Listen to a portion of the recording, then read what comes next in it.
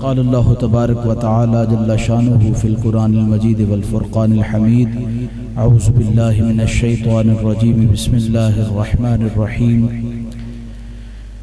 ان اللہ وملائکتہ یصلون علی النبی یا ایہا الذین آمنوا صلوا علیہ وسلموا تسلیما الصلاة والسلام علیک یا سیدی یا رسول اللہ الصلاة والسلام علیک یا سیدی یا حبیب اللہ۔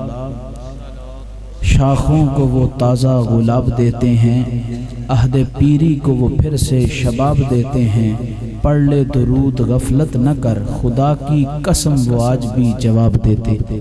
الصلاۃ والسلام علیک یا سیدی یا رسول اللہ، الصلاۃ والسلام علیک یا سیدی یا حبیب اللہ، الصلاۃ والسلام علیک یا سیدی یا قلوب العاشقین وعلی آلک واصحابک یا سیدی یا رحمت للعالمین۔ اللہ جل وعلا کی حمد و ثنا کے بعد حضور نبی اکرم شفیع امم، غمخوار امم، لجپال امم، آقا نامدار، مدنی تاجدار، مرسلین کے شاہ سوار، انبیاء کے شہریار، احمد مجتبیٰ حضرت محمد مصطفیٰ صلی اللہ علیہ وآلہ وصحبہ وسلم کے حضور ناز میں اپنی عقیدتوں، ارادتوں اور محبتوں کا خراج تحسین پیش کرنے کے بعد حاضرین و ذوی الاحتشام السلام علیکم ورحمۃ اللہ وبرکاتہ۔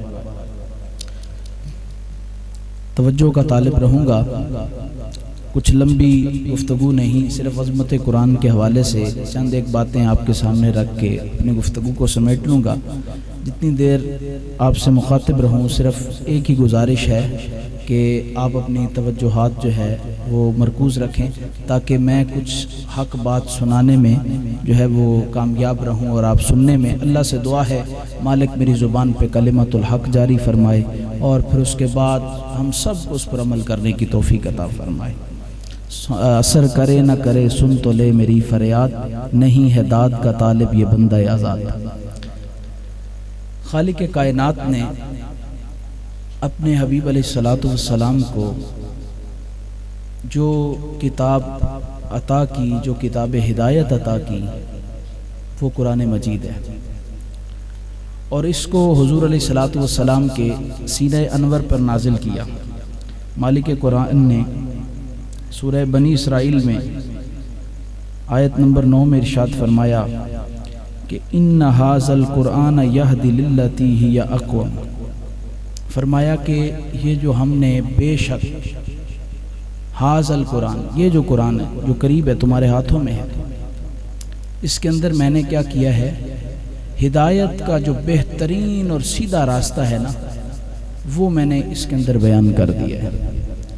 میرے حضور علیہ السلام تشریف فرما تھے، قرب قیامت کا تذکرہ کر رہے تھے کہ قیامت سے پہلے اس طرح کے معاملات ہو جائیں گے، اور حضور قیامت کی نشانیاں بیان فرما رہے تھے۔ حضور نے ارشاد فرمایا تب فتنے جگہ جگہ سے سر اٹھائیں گے، تو مولا کائنات اسد اللہ الغالب حضرت علی بن ابی طالب آپ بیٹھے ہوئے تھے، حضور کی بارگاہ میں عرض کی، کہا حضور اس دور میں ان فتنوں سے بچنے کا راستہ کیا ہوگا؟ حضور علیہ السلام نے ارشاد فرمایا علی اس قرآن کے ساتھ لپٹ جانا، جو اس قرآن کے ساتھ لپٹ جائے گا وہ فتنوں سے بچ جائے گا، جو اس کو چھوڑ دے گا وہ گمراہ ہو جائے گا۔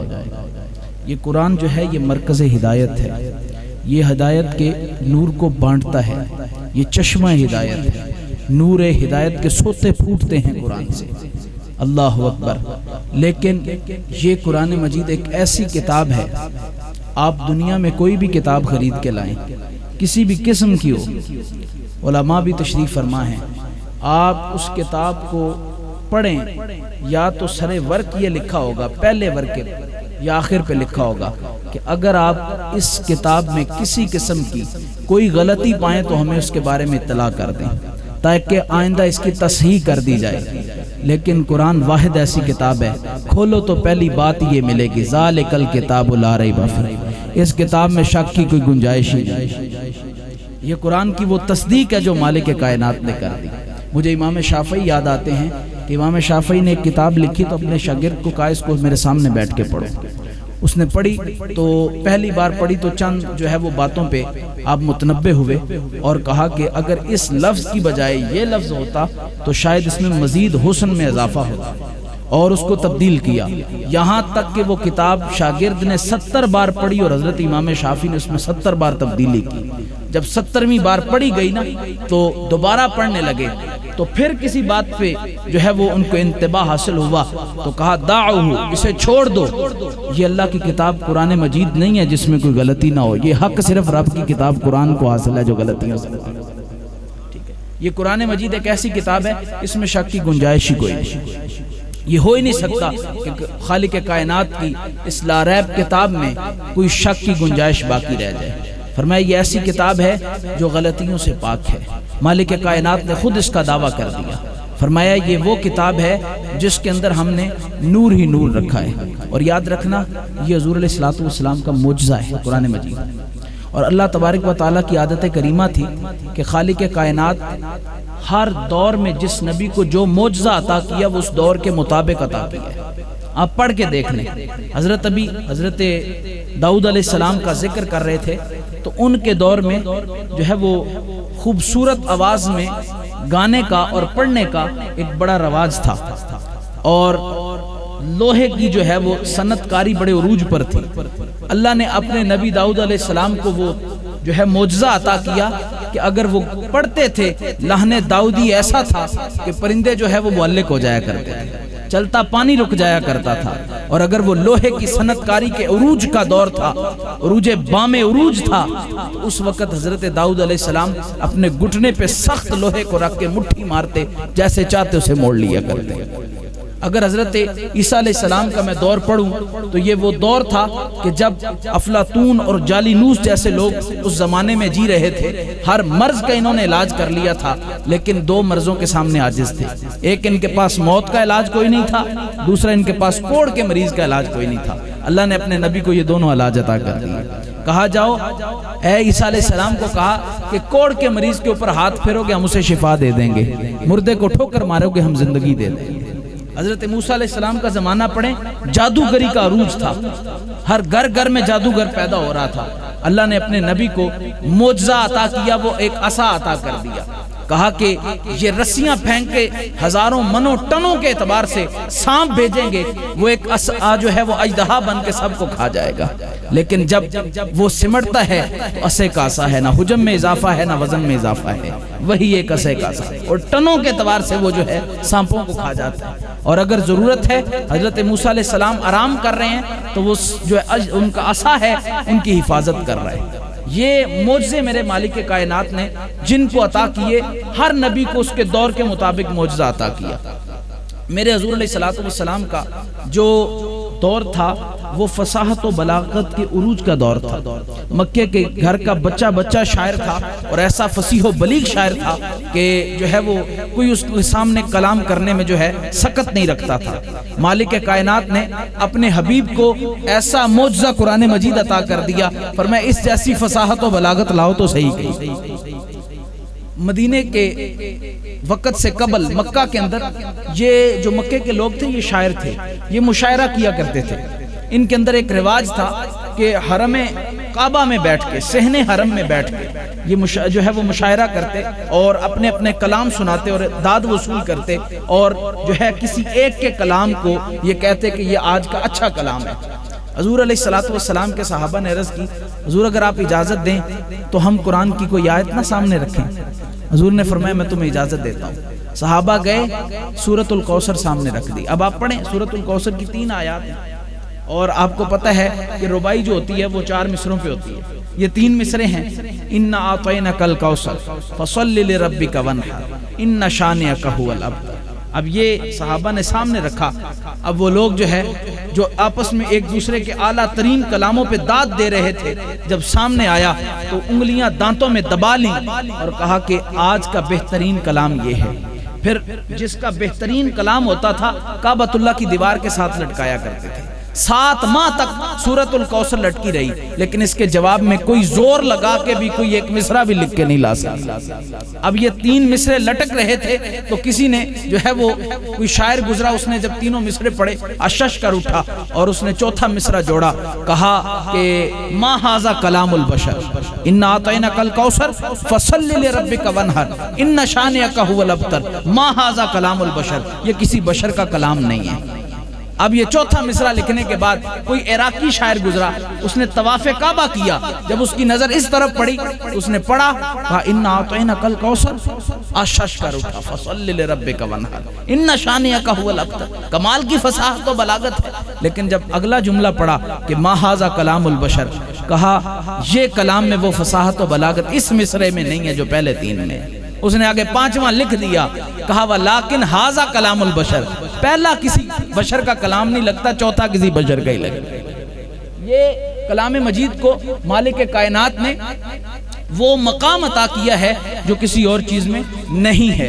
جس چیز کا میرے رب نے قرآن میں دعویٰ کر دیا کہ اس کو جھٹلا ہی نہیں سکتا۔ آپ اس کو پڑھ کے دیکھ لیں، جب یہ قبلہ بدلا تو خالق کائنات نے، ابھی کافروں نے اعتراض نہیں کیا تھا، مالک کائنات نے جو ہے وہ اس وقت قرآن مجید نازل کیا، کہا سیقول السفہاء من الناس ما ولہم عن قبلتہم، فرمایا سیقول، سین جو ہے یہ قربت پہ دلالت کرتا ہے کہ قریب مستقبل میں، یقول سفہاء، پاگل لوگوں میں سے جو پاگل ہیں وہ اس بات کا اعتراض کریں گے، ما ولہم، کس نے ان کو پھیر دیا ہے، ان قبلتہم، اس قبلے سے جس کے اوپر یہ التی کانوا علیہا، جس پہ یہ پہلے سے تھے۔ اب یہ کافروں نے بھی اعتراض نہیں کیا تھا، میری بات کو ذرا سمجھنا تھوڑا سا زور دے کے، کہ ابھی کافروں نے اعتراض نہیں کیا، اللہ تبارک و تعالیٰ اعلان فرما رہے ہیں، کافروں کو پتہ چل گیا، اب خدا ان کو پاگل کہہ رہے ہیں، ان کا کام بنتا تھا کہ وہ خاموش ہو جاتے، کہتے ہم نے تو یہ کہا ہی نہیں ہے، قرآن ایویں ہمیں پاگل کہہ رہا ہے، لیکن وہ چاہ کے بھی زبانوں کو خاموش نہیں رکھ سکے، کیونکہ یہ رب کا قرآن تھا، جھوٹا ہو نہیں سکتا۔ چلیں یہ بھی بات چھوڑیں، خالق کائنات نے ایک اور چیز ارشاد فرمائی قرآن مجید میں، فرمایا محبوب یہ جو کافر ہیں نا، ان کو آپ کہیں کہ یہ موت کی تمنا کریں، یہ کبھی بھی موت کی تمنا نہیں کر سکیں گے، یہ کبھی بھی موت کی تمنا نہیں کر سکتے ہمیشہ کے لیے۔ آج بھی کوئی کافر آ کے کسی فورم پہ آ کے اعلان کر دے کہ میں موت کی تمنا کرتا ہوں، نہیں کر سکیں گے، قرآن کا دعویٰ ہے۔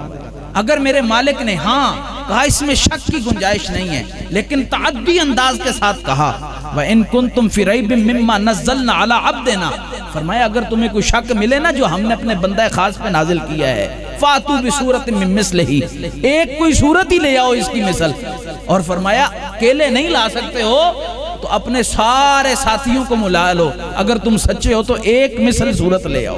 الاتقان فی علوم القرآن میں امام جلال الدین سیوطی لکھتے ہیں کہ اگر قرآن کی مثل ایک صورت لانا ممکن ہوتی تو بدر و احد کی لڑائیاں نہ ہوتی، سیدھا سا حل تھا، اللہ کا دعویٰ تھا کہ قرآن کی مثل ایک صورت لے آؤ، ایک صورت لے آتے قرآن کی مثل، بدر و احد کی لڑائیاں نہ ہوتی، یہ جو ہے وہ اتنا بڑے جو ہے وہ قتال نہ ہوتے، بلکہ وہ اسلام کی صداقت کو جھٹلا سکتے تھے، لیکن یہ میرے مالک کا وہ قرآن ہے، وہ فرما دیا ذالک الکتاب لا ریب فیہ، اس میں شک کی گنجائش ہی کوئی نہیں ہے۔ ہاں لوگوں نے کوششیں کی ہیں، کوشش کرنے سے باز نہیں آئے گا کافر، یاد رکھنا۔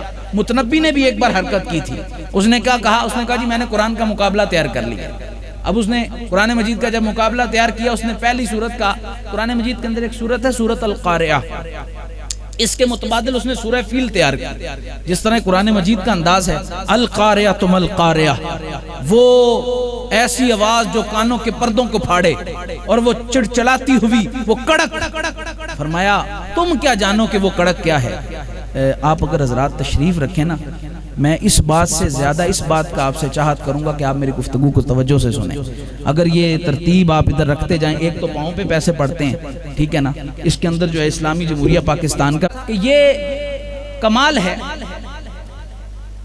زیادہ کمال جو ہے خالق کائنات نے جو اس قرآن مجید کو کلام پاک کو عطا کیا ہے، اس نے متنبی نے اس کے مقابلے میں سورت تیار کی، سورۃ الفیل، اور آپ جانتے ہیں عربی میں فیل جو ہے وہ ہاتھی کو کہتے ہیں، کہتا ہے الفیل، اور پھر کہا کہ مال فیل وما ادراک مل فیل، ہاتھی، وہ ہاتھی کیا ہے، وہ ہاتھی، بچے سے بھی پوچھو کہ ہاتھی کیا ہے، وہ بتائے گا ایک سڈول جسم والا جانور ہے، اس کو ہاتھی کہتے ہیں۔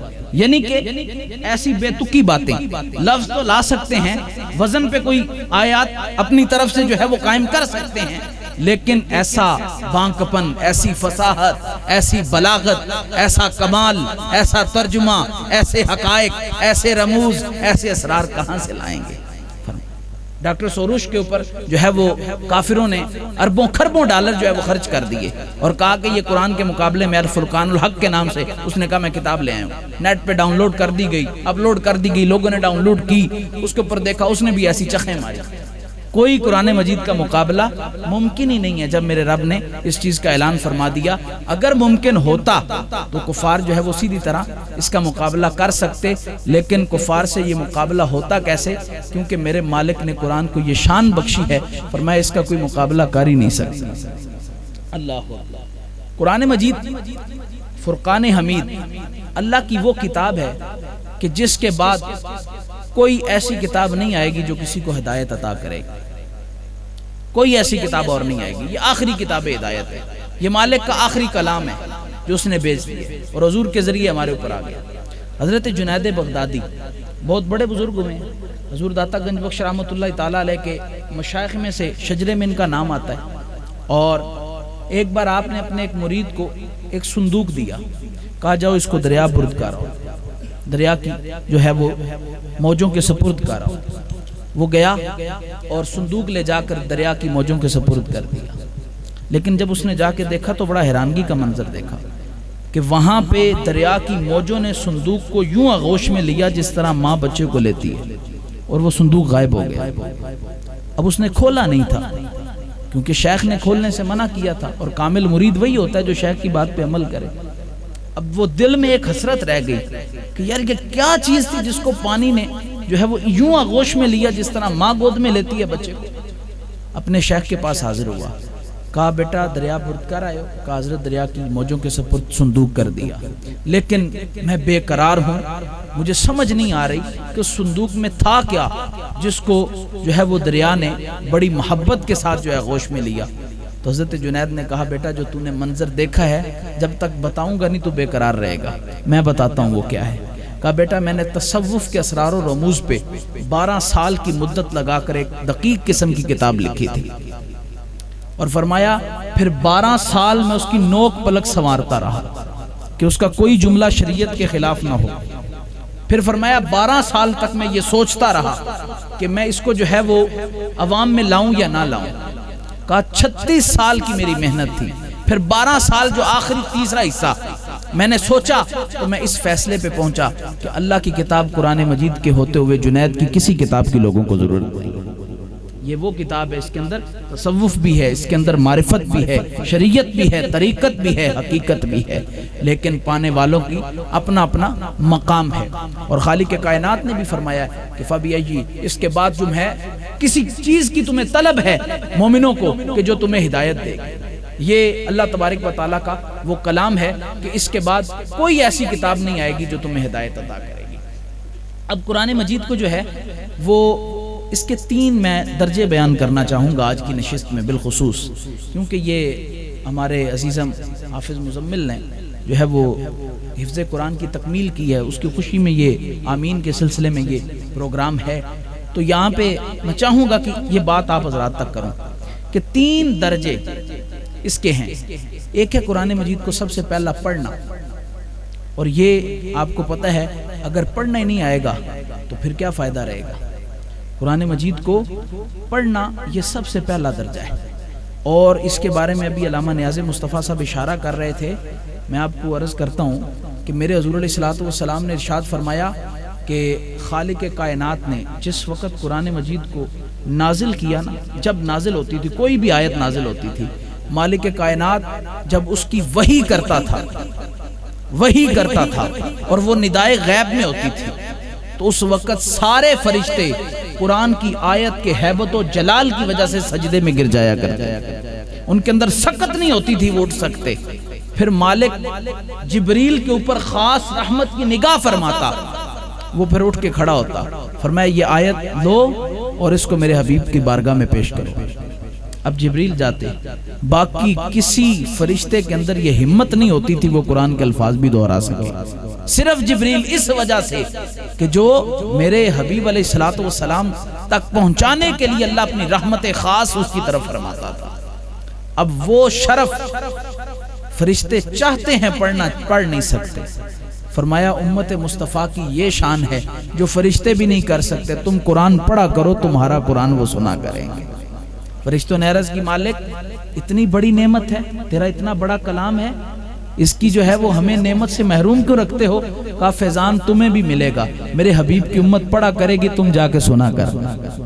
یہ حضور علیہ الصلوۃ والسلام نے یہ اپنی رحمت کے ساتھ ہمیں جو ہے وہ قرآن مجید جو اللہ تبارک و تعالیٰ نے عطا کیا، اس کے ساتھ ہم جو ہے وہ جڑ جائیں، قرآن مجید کو پڑھیں، قرآن مجید کی تلاوت کریں. ایک ایک لفظ پہ 10 نیکیاں ملتی ہیں. صرف الف لام میم کہا تو 30 نیکیاں نام ہو گئی. کتنا سوکھا کام ہے. وہ رب کتنا چاہتا ہے کہ تم یہ پڑھو. لیکن حضرت قرآن مجید پڑھنے کے ساتھ قرآن مجید کو سمجھنا بھی ضروری ہے، کیونکہ میرے حضور نے ارشاد فرمایا کہ ایسا وقت آئے گا. اور یاد رکھنا میرے حضور علیہ الصلوۃ والسلام نے میرے بھائی ابھی حدیث پاک پڑھ رہے تھے، میں ایک دوسری حدیث پاک مسند احمد سے پڑھتا ہوں. حضور نے ارشاد فرمایا انی تارکن فیکم الثقلین، لوگوں میں تم میں 2 چیزیں چھوڑ کے جا رہا ہوں، ایک کتاب اللہ، ایک اپنی سنت. اور کتاب اللہ کیا ہے؟ یہ تھیوری ہے. اس کو آپ اپنی اگر میں زبان میں سمجھا دوں، کسی بھی چیز کی ایک تھیوری ہوتی ہے، ایک پریکٹیکل ہوتا ہے. ایک جو ہوتا ہے وہ اس کا مقالہ ہوتا ہے اور اس کے اوپر عمل درآمد ہوتا ہے. فرمایا یہ جو قرآن ہے یہ تھیوری ہے اور جو سنت ہے وہ اس کے اوپر پریکٹیکل ہے. سید عائشہ سے صحابہ نے پوچھا حضور کے اخلاق کے بارے میں بلاؤ، تو کہا کہ حضور کے اخلاق کے بارے میں پوچھتے ہو؟ کہا جی حضور کے اخلاق کے بارے میں پوچھتے ہیں. کہا وہ اخلاق عالیہ کیا تم قرآن نہیں پڑھتے؟ یہ حضور کے جو اللہ کے احکام ہیں، اگر اس کا عمل دیکھنا ہے تو حضور کی سنت کو دیکھو. وہ تھیوری ہے، یہ پریکٹیکل ہے. اللہ اکبر. قرآن پڑھیں لیکن اس کے بعد قرآن کو سمجھیں. شعب الایمان کے اندر حدیث پاک موجود، حضور نے فرمایا لا یبقى من الاسلام الا اسمہ، ایسا وقت آئے گا کہ اسلام نہیں رہے گا لیکن نام کا رہ جائے گا. لا یبقى من القرآن الا رسمہ، قرآن نہیں رہے گا لیکن رسم کے طور پہ رہ جائے گا، لوگ پڑھا کریں گے بس، کسی کو ترجمے سے واقفیت نہیں ہوگی.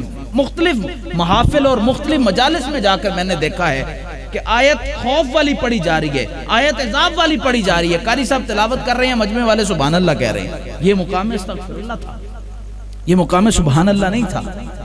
یہ کب پتہ چلے گا؟ جب ہم قرآن کو سمجھیں گے، قرآن کو سیکھیں گے، اس کے بارے میں ہمیں یہ پتہ چلے گا کہ قرآن ہم سے کیا کہہ رہا ہے. ہم نے کیا کیا کہ قرآن مجید کا جو اصل مقصد تھا اس کو بلا دیا. قرآن کا مقصد تو تھا، اس نے ہمیں زندگی جینے کے انداز بتانے تھے، ہم نے قرآن سے مرنا سیکھا ہے. اقبال نے اپنی ایک خطبے میں اور ایک مکتوب میں کہا تھا کہ افسوس ہے مجھے اس امت پہ کہ جس قرآن کے اندر اللہ نے جینے کے اور ایسی حیات بیان کی ہے، ہم نے اس سے صرف ابھی تک مرنا ہی سیکھا ہے. کہ کسی کی جان نہیں نکل رہی، سورہ یاسین لے جا کر پڑھ لو، جس کی جان سوکھی نکل جائے. یہ قرآن تو ہمیں ایک پورا مقصد حیات بتاتا ہے، ہمیں 2 جہاں کے راستے بتاتا ہے، ہمیں زندگی جینے کا ایک نصاب دیتا ہے. ہم نے اس قرآن سے وہ حاصل نہیں کیا. افسوس اس بات کی. یہ جب سمجھیں گے تو ہم اس مقام پہ پہنچیں گے. فرمایا یہ قرآن مجید سے تمہیں یہ دولت حاصل کرنی ہے. اب قرآن مجید کے اندر ہم نے یہ دولت کس طرح حاصل کرنی ہے؟ آپ دیکھیں، اگر ہمارے اندر معاشرے میں ہے بھی، میں اس بات کا انکار نہیں کرتا کہ قرآن مجید کی تلاوت پڑھیں، اگر تلاوت کریں، کچھ آیات مقدسہ پڑھیں اصالہ ثواب کی نیت سے، تو مردے کے لیے قبر کے اندر نور اترتا ہے. اس بات کا انکار نہیں ہے، حقیقت ہے، شواہد موجود ہیں. اور اگر آپ یہ بھی کہیں کہ قرآن کی آیت کی تلاوت کر کر پانی کے اوپر دم کر دیا جائے تو صحت یابی ہوتی ہے، یہ بھی بات درست ہے. اور اگر کوئی یہ کہے کہ جہاں کہ کتاب اللہ پڑھی جائے وہاں پہ کوئی جن بھوت نہیں ٹھہرتا، تو میں یہ بھی بات مانتا ہوں. لیکن یہ قرآن کا مقصد نہیں تھا، ہم نے اس کو جو ہے وہ مقصد بنا لیا. اگر کوئی قرآن مجید گھر میں پڑھا ہے تو غلاف کے اندر سجا کے رکھ دیا ہے، بیٹی رخصت ہو رہی ہے تو اس کے سر کے اوپر اس کا سایہ کر دیا ہے. حضرت قرآن اس لیے نہیں تھا، اس کا مقصد تھا قرآن پڑھ کے ہمیں نے ہدایت حاصل کرنی تھی. اس کے اندر خالق کائنات نے پہلی بات یہ کی، الف لام میم ذالک الکتاب لا ریب فیہ ھدی للمتقین. اور اس کا مقصد یہ ہے، یہ شک والی کتاب نہیں، اس سے ہدایت لو متقین. اللہ نے مقصد اس کا پہلے یہ بیان کیا، ہم بھول بیٹھے. ہم نے وہ اس کی طرف دیکھا ہی نہیں. دیکھیں ذرا پڑھیں. حضرت عمر رضی اللہ تعالیٰ عنہ ہے. کسی نے کہا کہ تیری بہن نے اور تیرے بہنوئی نے اسلام قبول کر لی ہے. بڑے جوش کے ساتھ حضور علیہ الصلوۃ والسلام کی اپنی طرف سے زندگی کا چراغ گل کرنے کے لیے چلے. گلے میں پٹکا پہنا ہوا ہے, تلوار ہے, آدھی نیام میں ہے آدھی باہر ہے. سفر کر رہے ہیں کہ میں حضور علیہ الصلوۃ والسلام کی زندگی کا معاذ اللہ چراغ گل کروں گا. کسی نے کہا تیرے گھر کو جو ہے وہ نور مل چکا ہے حضور کی غلامی کا, پہلے ان کی تو خبر لو. گئے غصے کے ساتھ, بہن کو بھی زد و کوب کیا, بہنوئی کو بھی کیا. لیکن جب سورہ طٰہٰ کی آیتیں دل کے اندر اتر چکی تھی نا, پڑھنے والا صحابی رسول تھا, تو قرار نہیں آیا. کہا مجھے بھی تو دکھاؤ نا کیا ہے. اللہ اکبر. پھر پڑھ کے سنایا قرآن. پھر وہی عمر کے دل کی دنیا بدل گئی. پھر وہی عمر جو پٹکا ڈال کے تلوار آدھی نیام میں اور آدھی باہر کر کے جا رہے تھے, پٹکے سے پکڑ کے کہتے ہیں کہ میں مجرم ہوں, مجھے آقا کی بارگاہ میں لے جاؤ. یہ قرآن کا مقصد تھا. لیکن آج ہم قرآن پڑھتے ہیں, قرآن سمجھتے ہیں, لیکن یہ کیوں نہیں کیفیت بنتی. حضرت تیسری بات ایک اور ہے, وہ بڑی غور طلب ہے کہ ہمیں قرآن کی محبت دل میں اتارنی ہوگی سب سے پہلے. پھر قرآن پڑھیں گے تو پھر اس کا اثر ہوگا. بابا فرید کا وہ واقعہ تو آپ نے سن رکھا ہے کہ حضرت بابا فرید کے پاس وہ مدرسے کے بچے گزرے تو آپ نے پانی کے جو ہے وہ مٹکوں کے اوپر دم کر دیا, میٹھے ہو گئے ہیں. وہ جو سینہ فرید میں دولت تھی نا قرآن کی محبت کی, یہ سینے میں اتارو. حضرت عمر رضی اللہ تعالیٰ عنہ کا زمانہ ہے. اللہ اکبر. تو ایک شخص ہے, اس وقت عورتیں بھی مسجد میں نماز پڑھا کرتی تھی. حضرت عمر رضی اللہ تعالیٰ عنہ کے زمانے میں عورتوں پہ پابندی لگی ہے. بہت سارے احکامات تبدیل ہوئے اسلام کے اندر. جو ہے وہ کس طرح کہ مسجد کے اندر صفوں کی یوں ترتیب ہوتی تھی, پہلے مرد کھڑے ہوتے تھے, پھر بچے, پھر جو ہے وہ جو ہجڑے جنہیں ہم بولتے ہیں, اور پھر اس کے بعد جو ہے عورتوں کی صفیں ہوتی تھی. تو ایک نوجوان مدینے کا ہے, ایک کوئی عورت گزرتی ہے, دوشیزہ ہے, خوبصورت ہے, وہ اس کے راستے میں کھڑا ہو جاتا ہے, روزانہ راستے میں کھڑا ہو جاتا ہے. ایک دن وہ اس سے پوچھتی ہے کہ بھئی تم کیوں کھڑے ہوتے ہو, میرے راہ میں رکاوٹ کیوں ڈالتے ہو. کہا کہ میرا جو دل ہے وہ تیرے عشق میں گرفتار ہو چکا ہے, اور میں تیرے حسن کے اوپر فریفتہ ہو چکا ہوں. اب میں تجھے پانے کے لیے ہر سر توڑ کوشش کروں گا, اور مجھے لیے کچھ بھی مشکل نہیں ہوگا جو بھی میں تیرے لیے مشقت کروں گا. اب اس عورت نے ایک شرط رکھ دی. کہا ٹھیک ہے میں تیری بات مان لیتی ہوں, لیکن ایسے کر کہ 40 دن نمازیں حضرت عمر رضی اللہ تعالیٰ عنہ کی اقتداء میں تکبیر اولیٰ کے ساتھ ادا کرو. 5 نمازیں. اب اس نے کہا یہ کون سی بڑی بات ہے, میں تو آسمان سے ستارے بھی توڑ لاتا, 40 دن نماز ہی پڑھنی کوئی بڑی بات نہیں. وہ بندہ 40 دن حضرت عمر رضی اللہ تعالیٰ عنہ کے پیچھے 5 وقت کی تکبیر اولیٰ کے ساتھ نماز پڑھتا رہا. 40واں دن ہوا, عشاء کی نماز پڑھنے کے بعد واپس جا رہے ہیں. آج رستے میں منظر بدل گیا. آج وہ نہیں کھڑا, آج وہ عورت کھڑی ہے, اور اس کی نظریں جھکی ہوئی ہیں, چلتا جا رہا ہے. اب وہ شخص جا رہا ہے, اس نے کہا کدھر جا رہے ہو. عورت نے روکا, اشارہ دیا, روکنے کا کہا کدھر جا رہے ہو, تم وہ ہو جو مجھے روکتے تھے, آج میں تیرے انتظار میں کھڑی ہوں. اب وہ جوان آگے سے کیا کہتا, اس کا جواب سنے. کہا سائیڈ پہ ہٹ جا, آج مجھے تیری پرواہ نہیں ہے. عمر نے میرے دل کا تعلق رب سے جوڑ دیا. حضرت یہ دل کے اندر جن کے لوگوں کے اندر قرآن کی محبت تھی, ان کو یہ مقام نصیب ہوئے. حضرت داتا گنج بخش رحمۃ اللہ تعالیٰ علیہ, آپ کشف المعجوب شریف میں فرماتے ہیں بزرگوں کی تعلیمات پڑھا کریں. یہ ایسی باتیں ہیں کہ جو آپ کی زندگیوں کو بدل دیں گے. یہ وہ لوگ تھے کہ جن کے اندر ایمان کی دولت ان کے سینوں کے اندر کوٹ کوٹ کے بھری ہوئی تھی. حضرت داتا گنج بخش رحمۃ اللہ تعالیٰ علیہ فرماتے ہیں کہ لوگوں قرآن جو ہے یہ رات کی تنہائیوں میں اٹھ اٹھ کے پڑھا کرو, اور قرآن روتے ہوئے پڑھا کرو. کسی نے عرض کی حضرت اگر رونا نہ آئے, کہا تم رونے کی شکل اختیار کر کے پڑھا کرو, رونے کی کوشش کیا کرو.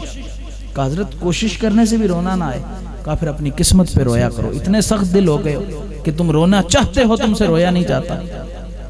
یہ وہ چیزیں ہیں کہ جو ہمارے دل کے اندر جب اتریں گی, پھر ایک لفظ زبان سے ادا ہوگا, لیکن اس کی تاثیر دیکھنا کہاں تک جاتی ہے. حضرت داتا گنج بخش رحمۃ اللہ تعالیٰ علیہ ایک مشہور تابعی حضرت عبداللہ ابن مبارک کا تذکرہ کرتے ہیں. کہتے ہیں ان کی دل کی دنیا کیسے بدلی. یہ بھی جوانی میں ایسا ہوا کہ ہمسائیگی میں جو عورت رہتی تھی، نوجوان دوشیزہ تھی کوئی، اس کے اوپر فریختہ ہو گئے۔ اس سے انہوں نے بات کی کہ آج رات جو ہے وہ ہم سردی کے موسم میں چھت پہ ملاقات کریں گے۔ اب یہ عشاء کی نماز پڑھنے گئے مسجد میں، امام صاحب نے قرات لمبی کر دی۔ امام صاحب نے جب قرات لمبی کی نا تو ان کو غصہ آنے لگا کہ میرا وقت ضائع ہو رہا ہے۔ دیکھیں نا، بعض اوقات بندہ ایسا ہوتا ہے کہ عبادت بھی کر رہا ہوتا ہے لیکن آگے جلدی گناہ کرنے کی ہوتی ہے۔ یہ عبادتیں حضرت جی نہیں سمجھ آئیں گی، یہ عبادتیں منہ پہ مار دی جائیں گی جن کے اندر خلاص نہ ہو، خلوص نہ ہو۔ کہا اب یہ گھر گئے، جب گھر گئے ساری رات چھت پہ کھڑے رہے، وہ عورت نہیں آئی۔ اذان کا وقت قریب ہوا، وہ چھت پہ آئی، اتنا کہا کہ میرے گھر آج مہمان آئے ہیں، آج ملاقات نہیں ہوگی، پھر نیچے چلی گئی۔ عبداللہ ابن مبارک کہتے ہیں کہ میرے دل میں اس کے لیے کوئی ملال نہیں آیا، کوئی غصہ نہیں آیا، میں برداشت کر کے میں نے کہا کوئی بات نہیں، کل ملاقات ہو جائے گی۔ کہا اتنی دیر میں مؤذن نے جو ہے فجر کی اذان کہی، فجر کی اذان کہی۔ اب دل پہ جو ہے وہ اندر ہی اندر اس بات کی خوشی ہے، جب اذان آئی تو پتہ چلا کہ ساری رات بیت گئی اور ٹھنڈ میں محسوس بھی نہیں ہوا۔ دل ہی دل میں خود کو ملامت کرنے لگے کہ یار اگر قاری صاحب قرات لمبی کر دیں تو مجھے اتنی تکلیف ہو رہی تھی، میں جسے برداشت نہیں ہو رہی تھی، قرآن کی مزید 2 آیتیں، اور اس عورت کے لیے میں نے آج ساری رات چھت پہ ٹھنڈی سرد ہواؤں میں گزار دی اور وہ مجھ سے ملاقات کرنے بھی نہیں آئی۔ دل کی دنیا بدلی فجر کی نماز کے سجدوں میں، ایسے پھر رب کے محبوب ہوئے کہ عبداللہ ابن مبارک کے نام کو دنیا سلام کا سلام۔ یہ دل کے اندر قرآن مجید کی محبت اتارے، قرآن سے پیار کرنا سیکھیں۔ قرآن کون سی جو ہے وہ، آپ بعض لوگ کہتے ہیں جی یہ جو ساز ہوتا ہے یہ روح کا غذا ہوتی ہے، میں کہتا ہوں قرآن سے بڑھ کر کوئی لطف اندیز روح کی غذا نہیں ہو سکتی۔ بندہ مومن کی روح کی غذا صرف قرآن مجید ہے، وہ قرآن مجید سنتا ہے اور قرآن مجید پڑھتا ہے، اس کو تسکین نصیب ہوتی ہے قرآن پڑھ کے۔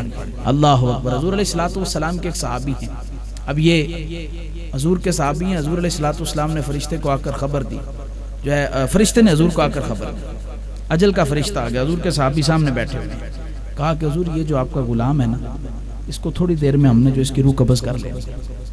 حضور کو جب اس بات کا علم ہوا، حضور نے صحابی کو قریب بلایا، کہا بیٹا تھوڑی دیر میں جو ہے وہ تمہاری روح پرواز ہونے والی ہے۔ اب یہ ہے وہ صحابی تڑپے نہیں، گھر کو نہیں دوڑے کہ میں گھر والوں کو بتاؤں، یہ کہہ دوں وہ کہہ دوں، ان کے مزاج دیکھیں۔ صحابہ جیسا ایمان قابل قبول ہوگا۔ ہم نام کے مسلمان بنے ہوئے ہیں، ہم نام کے مسلمان بنے ہوئے ہیں اور خود کو کہہ رہے ہیں کہ ہم مسلمان ہیں، ایسا ہمارا اسلام جو ہے وہ اسلام نہیں ہے۔ حضرت اقبال نے جو ہے وہ اسی بات کو کہا تھا کہ واعظ قوم کی وہ پختہ خیالی نہ رہی، برق طبعی نہ رہی، شعلہ میں کالی نہ رہی، فلسفہ رہ گیا تلقین غزالی نہ رہی، رہ گئی رسم اذاں روح بلالی نہ رہی، مسجدیں مرثیہ خواں ہیں کہ نمازی نہ رہے، یعنی کہ وہ صاحب اوصاف حجازی نہ رہے، تیرے صوفے ہیں فرنگی، تیرے کالی ہیں ایرانی، خون کے آنسو رلاتی ہے جوانوں کی تن آسانی، ہر کوئی مستے میں ذوق تن آسانی ہے، حیدری فقر ہے نئے دولت عثمانی ہے، تم کو اپنے اسلاف سے کیا نسبت روحانی ہے، تم ہو مسلمان یہ انداز مسلمانی ہے، وہ معزز تھے زمانے میں مسلمان ہو کر، تم خار ہوئے تاریک قرآن، قرآن کو چھوڑا خار ہو کے رہ گئے۔ یہ ہمارا حال ہے، وہ ایسے لوگ نہیں تھے، وہ کیا کہا شور ہے دنیا میں کہ مسلم ہے عالم میں جو ہے وہ بے نور، ہم تو یہ کہتے ہیں تھے بھی کبھی مسلم موجود۔ اقبال کا لہجہ بڑا سخت ہے اس معاملے میں، یہی وہ رونے رویا ہے، یہی باتیں اس نے کہی ہیں۔ اور اوپر سے ہمارے جو 2 نمبر پیر ہیں یہ بھی ہمارے اوپر جو ہے وہ بڑی بدنامی کا نام بنے ہوئے ہیں۔ ان کے پاس چلے جاؤ، اگر کوئی تعویذ نکل آئے کسی کو یہ نہیں کہیں گے بیٹا گھر میں قرآن پڑھا کرو۔ میں دعوے سے کہتا ہوں بندہ کہے میرے گھر سایہ ہے، جادو ہے، روزانہ سورۃ البقرہ کی تلاوت کیا کرے، کسی قسم کا جادو اس کے گھر نہیں رہے گا۔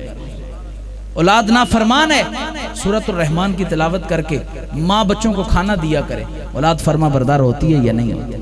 یہ وظیفے آپ کو پیر نہیں بتائیں گے، ان کی دکانیں بند ہو جائیں گے، وہ کہیں گے یہ تعویذ تھے، یہ تو چل جانے تھے، یہ تو جادو ہو گیا تم پہ، ایسا ہونے والا تھا، میرے پاس نہ آتے۔ یہ تو اپنے نذرانے بھرنے والے لوگ ہیں، ان کا تو مزاج ایسا ہے، وہ اقبال نے کہا تھا نا، ہم کو تو میسر نہیں مٹی کا دیا بھی، گر پیر کا ہے بجلی کے چراغوں سے روشن۔ کم باذن اللہ جو کہہ سکتے تھے وہ رخصت ہوئے، رہ گئے قبروں پہ مجاور اور غور کن۔ کہا جو کم باذن اللہ، یہ تو قبروں کے مجاور اور غور کن ہیں، یہ اس حقیقت کو کیا جانے۔ اللہ اکبر۔ یہ حضرت اقبال نے اسی چیز کو بیان کیا، مزاج ایسا بنائیں، قرآن سے محبت پیدا کریں۔ یاد رکھیں، یہ جو جس نے دین اسلام سے محبت قائم کر لی، جس نے قرآن مجید سے محبت قائم کر لی، وہ پھر کبھی مرتے نہیں ہیں۔ جس نے قرآن سے محبت کر لی، یہ اللہ کی وہ زندہ کتاب ہے، یہ زندگی دیتی ہے، یہ موت نہیں دیتی، لیکن ہم نے مرنا ہی سیکھا ہے۔ وہ صحابی کہتے ہیں کہ حضور کی بارگاہ میں بیٹھے ہوئے تھے،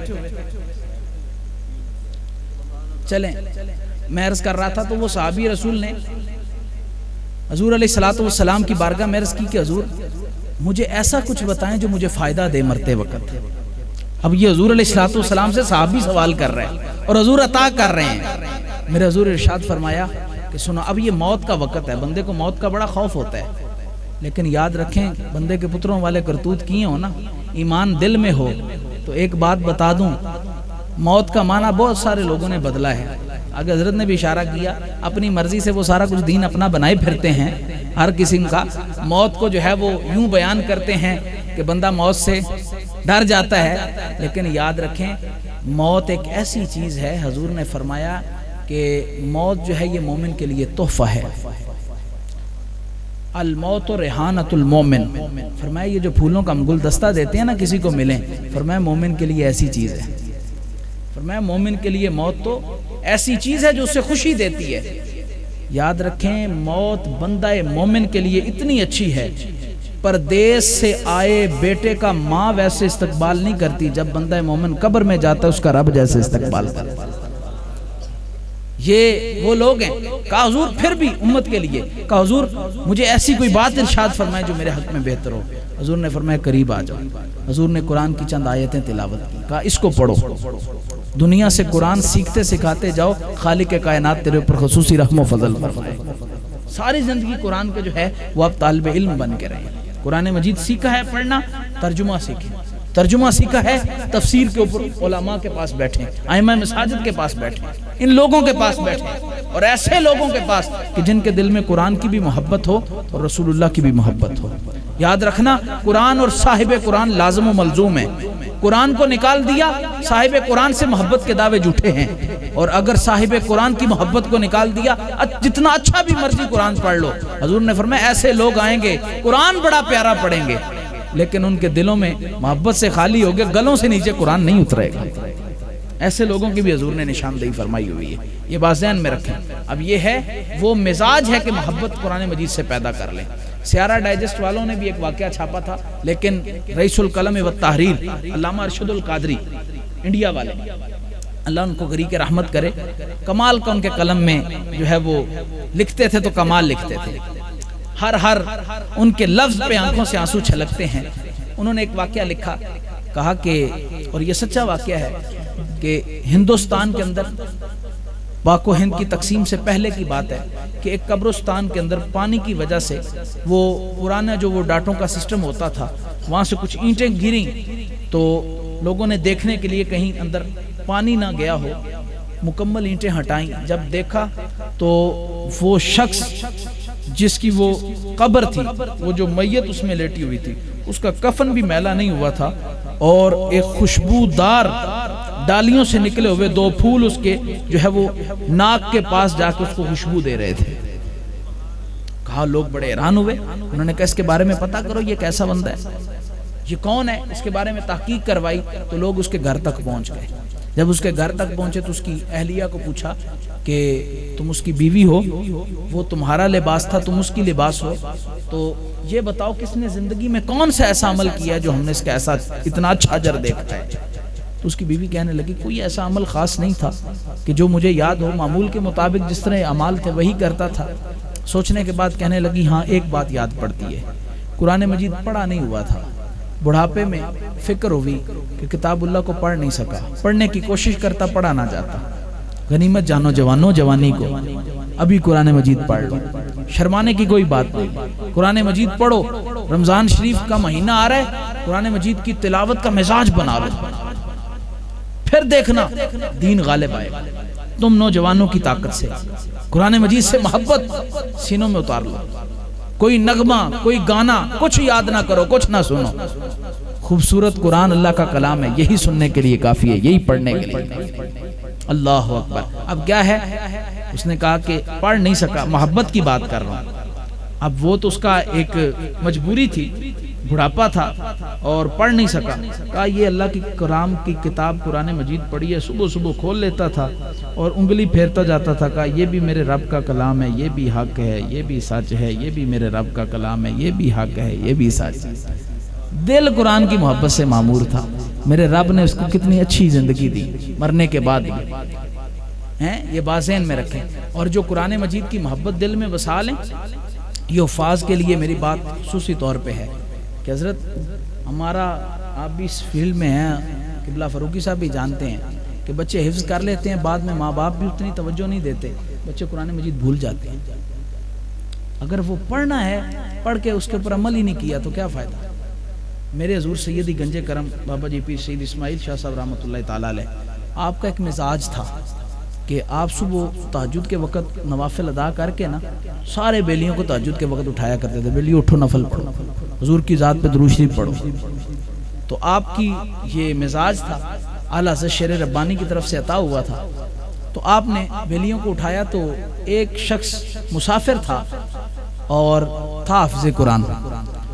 اس نے کہا حضرت میں حافظ ہوں اور میں دین کا طالب علم ہوں، تو میں نے رات کو تاخیر سے پہنچا ہوں، تو میں اس لیے سویا ہوا ہوں، میں بعد میں اٹھ کے پڑھ لیتا ہوں۔ حضرت نے وقت گزرا، اذان کے بعد اس کو پھر جگایا، اس نے پھر اسی طرح کی بات کی۔ تو حضور سیدی گنج کرم رحمۃ اللہ تعالیٰ علیہ، میرے حضور سیدی گنج کرم عالم متبحر بھی تھے اور طب کے بھی فاضل تھے اور سید زادے بھی تھے اور کمال کا کشف تھا۔ اللہ اکبر۔ حضور سیدی گنج کرم نے اس کو اٹھا کے کہا حافظ صاحب میں نے آپ سے ایک مسئلہ پوچھنا ہے، مجھے وہ مسئلہ بتا دیں پھر سوئے رہنا۔ حافظ صاحب دوا چھتی چھتی اٹھ کے بیٹھے، کہا کہ دسو حکم کرو۔ اللہ اکبر۔ حضور سیدی گنج کرم فرمانے لگے کہ حافظ جی مجھے یہ بتائیں کہ مجھے اعلیٰ حضرت شیر ربانی نے 2 لفظ پڑھائے ہیں، ان کی عاجزی تھی، ان کی عاجزی تھی، 2 لفظ پڑھائے ہیں، وہ میرے سینے میں اتر گئے ہیں، مجھے ساری رات وہ نہیں سونے دیتے۔ آپ پورا قرآن سینے میں لے کے سوئے ہوئے، پورا قرآن سینے میں لے کے سوئے ہوئے۔ اور ہمارا حال یہ ہوتا ہے کہ اگر حافظ نماز نہ پڑھے، پورا قرآن مجید سینے میں رکھ کے، تو پھر کیا مقام ہے؟ پھر سوچنے کی بات ہے کہ نہیں؟ یہ بات ذہن میں رکھیں۔ اور جو باعمل حافظ قرآن ہو گیا، اس کے لیے قرآن یاد ہے، اس کے اوپر عمل کیا ہے، سیکھا ہے، سمجھا ہے، دل میں محبت ہے، مالک قیامت والے دن فرمائے گا یہ جنت کی سیڑھیاں، چڑھتا جا قرآن پڑھتا جا، اور ان کے والدین کو سونے کے تاج پہنائے جائیں گے کہ جن کی روشنی سورج کو جو ہے وہ شرما رہی ہوگی۔ یہاں پہ میں ایک بات کہا کرتا ہوتا ہوں کہ دیکھو دوستو، جو قرآن کو حفظ کر لے 1400 سال کے بعد، اس کے والد کے لیے، اور یہ بات، یہ فضیلت جو ہے نا، یہ صرف ایک مسلک نہیں، ہر کوئی سناتا ہے کہ اس کے والد کو سونے کے تاج پہنائے جائیں گے۔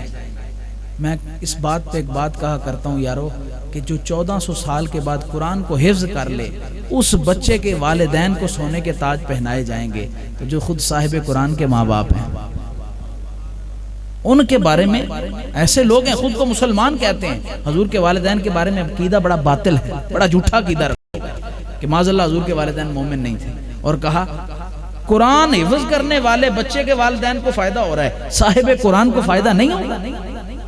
جو خود صاحب قرآن ہے، جس کے سینہ اتھر پہ قرآن نازل ہوا ہے۔ اللہ اکبر۔ یہ وہ مقام ہے جو اللہ تعالیٰ نے عطا فرمایا، اور ہمارے اندر کامیاب ہونے کی مختلف دلیلیں بنا رکھی، ہم نے مختلف باتیں کہ کامیاب کون ہے۔ کوئی کہتا ہے جناب اچھا بزنس مین ہو گیا، اچھی گاڑی پاس آ گئی، وہ بندہ بڑا کامیاب ہے، وہ بندہ۔ کوئی کہتا نہیں جی ممبر نیشنل اسمبلی بن گیا تو کامیاب ہو جائیں گے، MNA ہو گیا۔ کوئی کہتا نہیں جناب جو ہے وہ پاکستان کے پرائم منسٹر بن جائیں، یا اپنے ملک کے اندر ایک نام پیدا کر لیں، کوئی فنکار بن رہا ہے، کوئی اداکار بن رہا ہے، کوئی بزنس مین اور کاروبار۔ ٹھیک ہے تجارت کریں، اس بات سے مانے نہیں ہے، ہر بندہ اپنا نام پیدا، ہر لحاظ سے شہرت پیدا کرنا چاہ رہا ہے، خود کو کامیابی کے دلائل دے رہا ہے، اور اس کے اوپر یہ نام نہاد آج کل کے یہ اسکالر جو طبقہ پیدا ہو گیا ہوا ہے، نہ ان کو کسی بات سے علم کی ہاؤ نہ ہوا ہے، چند بے تکی باتوں کے اوپر جو ہے وہ اپنے اوپر کو کامیابی کے دعوے کر رہے ہوتے ہیں، لیکن ہماری عوام بھی سن رہی ہوتی ہے۔ لیکن یاد رکھیں آپ بھی غلط کہہ سکتے ہیں، یقیناً کہہ سکتے ہیں، میں بھی غلط کہہ سکتا ہوں، یقیناً کہہ سکتا ہوں، 1000 کتابیں پڑھنے والا بھی خطا کھا سکتا ہے، لیکن جو اللہ کا رسول حضور علیہ السلام کا فرمان ہے اس کے اوپر ذرہ برابر بھی شک نہیں ہو سکتا۔ حضور نے کس کو کامیاب فرمایا؟ فرمایا خیرکم من تعلم القرآن وعلمہ، فرمایا تم میں سے بہتر اور کامیاب وہی ہے، وہی خیرات والا ہے کہ جس نے قرآن پڑھا اور قرآن پڑھایا، جس نے قرآن سیکھا اور قرآن سکھایا، حضور نے اس کو کامیاب کہا ہے۔ اور ایک آخری بات کے اوپر میں اختتام کرتا ہوں کہ یہ جو قرآن مجید ہے نا، اس کے اندر اللہ نے ہر علم رکھ دیا ہے، ہر بات رکھ دی ہوئی ہے، لیکن ڈھونڈنے والا ہو کوئی ڈھونڈنے والا ہو۔ حضرت مولا علی کرم اللہ وجہ الکریم فرماتے ہیں کہ میرے سینے میں اللہ نے قرآن کا اتنا علم عطا کیا ہے، میں سورہ فاتحہ کی اگر تفسیر لکھوں نا تو 70 اونٹ اس کے وزن کے ساتھ بھر جائیں۔ یہ وہ مقام ہے۔ حضرت عبداللہ ابن عباس پہلے مفسر قرآن، وہ کہتے ہیں کہ مجھے اللہ یہ حضور عطا کرتے ہیں، یاد رکھنا یہ عطا کہیں اور سے نہیں ملے گی۔ بندہ حضور کی بارگاہ سے رخ موڑ لینا، علامہ نیاز مصطفیٰ صاحب نے کمال باتیں کی، جھٹکے انداز میں کر گئے، کمال کر گئے کہ اگر بندہ دل میں حضور کی محبت نہ ہو اور بندہ قرآن سارا دن رات پڑھی جائے، اس کو قرآن سے فیض کوئی نہیں ملنا، پکی ٹھکی بات ہے، اس کے اوپر کوئی دوسرا کلام ہے ہی نہیں۔ لیکن جس نے حضور کی غلامی کا جذبہ دل میں لے کے حضور کا جو ہے قرآن مجید پڑھا، دیکھنا اس کو قرآن مجید سے کیا نور نصیب ہوتے ہیں۔ حضرت عبداللہ ابن عباس ہیں، بچپن کی عمر ہے، چھوٹی عمر ہے، حضور علیہ السلام تہجد کے وقت وضو فرماتے ہیں۔ اب یہ ساری رات کیا کرتے ہیں، پانی کا برتن بھر کے حضور کے گھر میں چھپ کے کہیں کنارے میں بیٹھ جاتے ہیں کہ جب حضور رات کو تہجد کے لیے جاگیں، وضو کے لیے پانی دریافت کریں تو حضور کو پانی ڈھونڈنا نہ پڑے، بلکہ میں پانی حضور کی بارگاہ میں آگے بڑھ کر پیش کر دوں۔ اب یہ ان کا جذبہ ہے، بچپن ہے، ابھی یہ مزاج سکھائے ہیں صحابہ نے اپنے بچوں کو حضور کی بارگاہ کے، حضور سے محبت کرنی، یہ خدمتیں صحابہ نے سکھائی ہیں، ہم نہیں کہتے، ہم نے تو صحابہ کی بارگاہوں سے سیکھی ہیں۔ اللہ اکبر۔ حضرت عبداللہ ابن عباس جب یہ خدمت کرتے ہیں، حضور نے ایک دن دیکھا کہ بچے کی عمر کم ہے، جذبے بڑے جوان ہیں۔ حضور علیہ السلام نے آگے بڑھے، سینے سے لگایا اور کہا مالک 2 جہان کے علم کا خزینہ اس کے سینے کو بنا دے۔ حضور کی دعا ہوئی تھی، کیسے قبول نہ ہوتی؟ پھر وہ عبداللہ ابن عباس کہتے ہیں قرآن مجید اگر سارا نازل نہ بھی ہوتا، صرف قرآن مجید کی بسم اللہ الرحمن الرحیم یہی تسمیہ، یہی کس کا ہی نزول ہو جاتا، اور عبداللہ ابن عباس اسی میں سب کچھ ڈھونڈتا۔ پھر فرمایا اگر یہ بھی نہ ہوتی، بسم اللہ کی با ہوتی، عبداللہ ابن عباس کے لیے وہی کافی تھی۔ پھر کہا با بھی نہ ہوتی، گال ایک نقطے تے مکدی، کہا یہ با کا صرف نقطہ ہی ہوتا، اور عبداللہ ابن عباس کے اونٹ کے پاؤں کو باندھنے والی رسی گم ہو جاتی، عبداللہ ابن عباس کہیں اور نہ جاتا، قرآن سے ڈھونڈ لیتا۔ یہ اللہ سے وہ رموز مانگے، وہ اسرار مانگے، سجدہ نیم شبی میں عطا ہوں گے۔ یاد رکھیں یہ قرآن مجید، اس کا آغاز کہاں سے ہو رہا ہے؟ ذرا اس بات پہ آپ بولیں، قرآن کا آغاز کہاں سے ہو رہا ہے؟ بسم اللہ شریف سے۔ اس کا پہلا حرف کیا ہے؟ با۔ اور ختم کہاں پہ ہو رہا ہے؟ اختتام کہاں پہ ہے؟ والناس۔ آخری حرف کیا ہے؟ سین۔ اب با اور سین کو ملائیں کیا بنتا ہے؟ بس۔ با اور سین کو ملائیں تو بس۔ کہا کہ اگر کوئی بھی کسی قسم کی تمہیں دولت چاہیے، قرآن کے پاس آ جاؤ، تمہیں اسی سے ملے گی بس۔ اچھی معاشرت چاہیے، اسی سے ملے گی۔ اچھا معاشرہ چاہے گا، اسی سے ملے گی۔ اچھی اقتصادیات چاہو گی، اسی سے ملے گی۔ اچھی تعلیمات چاہو گی، اسی سے ملے گی۔ اور اسی بس پہ میری تقریر بھی بس۔